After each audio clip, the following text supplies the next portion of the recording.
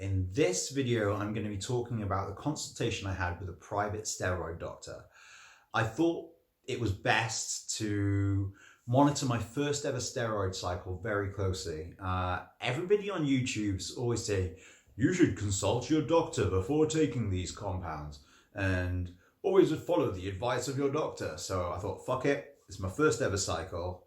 Let's do it properly. Let's see how my body reacts to having exogenous testosterone and get it monitored and all that type of stuff. When I went in to see the doctor, I came in with the idea of taking 250 milligrams of testosterone per week. He advised I double that, which was quite shocking to me. Usually doctors say, take the minimal effective dose. He said, there's not much point in doing it if you're not going to do it properly. So I thought, fuck it.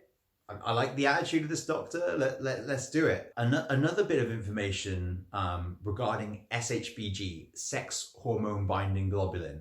I've got particularly high SHBG. It's about double the high end of normal range. So my total testosterone is pretty high, but my free testosterone is pretty low. It's within the normal range, but it's right at the bottom of it. If my free testosterone was below 27, then my doctor would legally be able to prescribe me TRT. But as it's 27.3, then I'm going to have to get the compounds off the black market. This isn't really a big deal because, you know, I can take super physiological levels of testosterone now, which is what I was looking for really anyway. So let's get on this and be superhuman. Interestingly enough, I was asking my doctor whether I should take something like a DHT derivative steroid, like proviron, masterone, or maybe a small dose of anavar or primobolan, something which would preferentially bind to the SHBG and free up the testosterone that I'm injecting, and so that I get more bang for my buck with the testosterone. I wouldn't actually be looking for an anabolic effect from the extra steroid which I'd be taking, but I would be looking for it to make the testosterone more effective. Now, my doctor recommended that I don't do this. He said that once I start injecting testosterone, my SHBG is likely to increase anyway. He made the analogy of someone has been through hard times. So my body is someone, and it's been through hard times, and these hard times might come as an illness or an injury. I've had fucking surgeries on my knee. I've been ill. I think it's probably the knee surgeries that I've had. He said that your body requires testosterone to repair the damage from these insults. It produces a lot of SHBG to bind up this testosterone, so it's got it in a savings account almost, and it can spend it then when it really needs it. He made the analogy of having the testosterone injected is like winning the lottery, and all of a sudden my body's going to think, hey, I don't need to be stingy with all this testosterone I've got swimming about. Let's spend it because there's so much coming in. I've got to start spending this shit. He said that the SHBG is likely to decrease anyway. What SHBG is about still is going to preferentially bind to the estrogen, because there is going to be aromatization happening. The testosterone is going to convert into estrogen. It's no bad thing having that quantity of SHBG in the body. It's going to soak up some of the estrogen, and my doctor's advice was just to use more testosterone. That was a bit of a revelation to me, because I've been watching Dr. Tony Huge and the Anabolic Avengers, Anabolic Heroes people, and they recommend taking low doses of testosterone with very high doses of low side effect, kind of weak steroids like primobolan. I may try this in the future, but for now, I'm going to go with my doctor's recommendations and just go for a high for me dose of testosterone. Let's get on to the ancillary compounds which he has prescribed me. I have HCG. So I'm going to take this on my injection days. I'm going to take this 2 or 3 times per week, a subcutaneous injection with an insulin syringe. This is meant to keep my balls plump now and make the transition out of taking the testosterone a smooth one.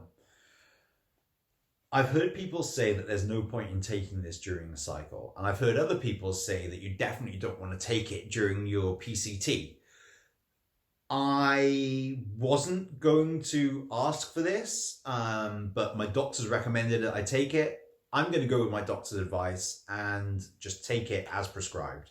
So that's going to be 2 injections per week, and hopefully my balls will stay nice and plump. The second ancillary compound that he's recommended I take is tadalafil. It's boner pills. Let's get that dick hard. Come on, guys. Basically, it's 5 milligram tablets to be taken once per day. I can take 2 on special occasions for sexual performance. I'm looking forward to the side effects of this compound. I have tried Viagra before, but I've never tried this long-acting version. I hope I don't get a blocked nose and stuffy. If I do, I'm confident that my sensitivity to the compound will decrease quite rapidly and I won't get these side effects in the future. But yeah, I haven't tried this one yet, and I'm looking for the positive side effects. The positive side effects, which I won't really, the ones that my doctor's looking for, he's not looking for a hard penis. Well, he might be, but I'm not giving it him. Even though he did stick his finger up my butt, it's, yeah, I'm not going to give him the hard dick.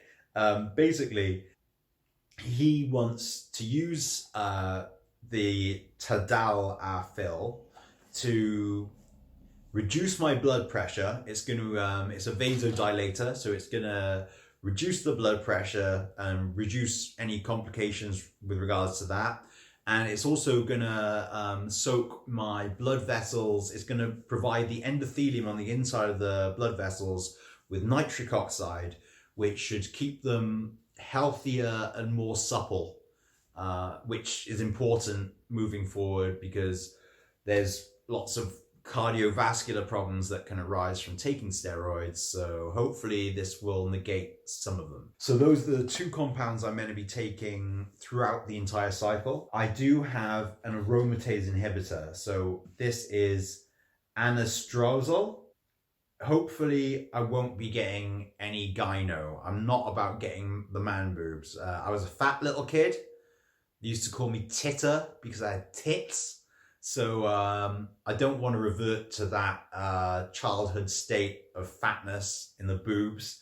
So hopefully if I get any symptoms, this will work for me, and this will stop the gyno in its tracks. But I'm not to take this until I feel some symptoms. When I feel symptoms, I am to email my doctor. He will walk me through the dosing kind of guidelines that he recommends. Okay, the final compound that I've got from my doctor is tamoxifen. This is also to be taken if I feel the itchy nipples and stuff. This is meant to block the estrogen receptors in my breast tissue, I think. So again, these aren't to be taken at the beginning of the cycle. I am to wait until I feel symptoms, then I will consult my doctor and take the drugs as per his recommendations. So that's about it, really. That's all the advice that my doctor gave me. He gave me a full physical. He looked at my balls. He stuck his finger up my butt, looked at my prostate. He gave me the once over and all clear. Eager to get on this steroid cycle and make them gains. Let's have it.